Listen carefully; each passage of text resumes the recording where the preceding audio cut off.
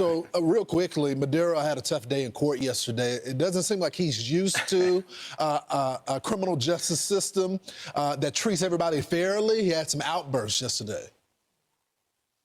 Yeah, I'm president of Venezuela. Right. It reminded me of that scene in The Godfather. Don't you know who I am? I'm Mo Green. For poor Mo. Look, the arrogance, the sense of entitlement was almost comical in the courtroom yesterday. And the law doesn't care about your lofty title. Maduro hasn't really accepted his new reality, and his dictator tactics don't really work well in American courtrooms, which is why the judge told him to put a sock in it.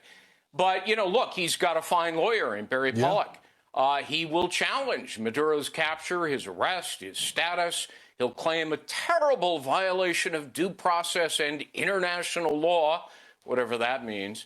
And they'll argue that the U.S. has no jurisdiction to prosecute him. They'll assert, head of state immunity. None of that's probably going to work because, we've seen this movie before, Lawrence. Noriega tried the same thing and failed miserably. And the Supreme Court has said, we don't care who you are or how you got into our courtroom. We treat paupers and potentates alike. So Gregg's too. A ton of experience, especially trial lawyers that have argued in front of the federal courts. And I want to be careful here because in the United States, as you to legal counsel, many of us were expecting him to have a public appointed attorney going into the preliminary hearing yesterday. To pay for high-power attorneys this quickly? Where's the money coming from? Have they not frozen the funds yet? Well, there's always the accused can use ill-gotten gains for his own defense. But, I wonder, if his own money is not funding this, who is? Right. And I think the media has an obligation to look into that. But I have a sense that Barry Pollock will stick around for this high-profile case. He's represented other high-profile defendants.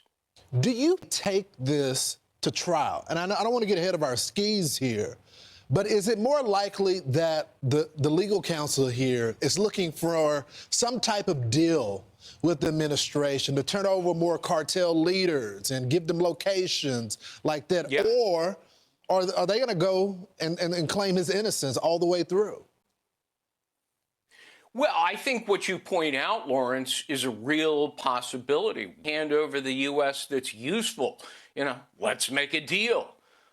There's an incentive for him to avoid trial because they've got the goods on him. I mean, you read the superseding indictment, it makes out an incredibly powerful case.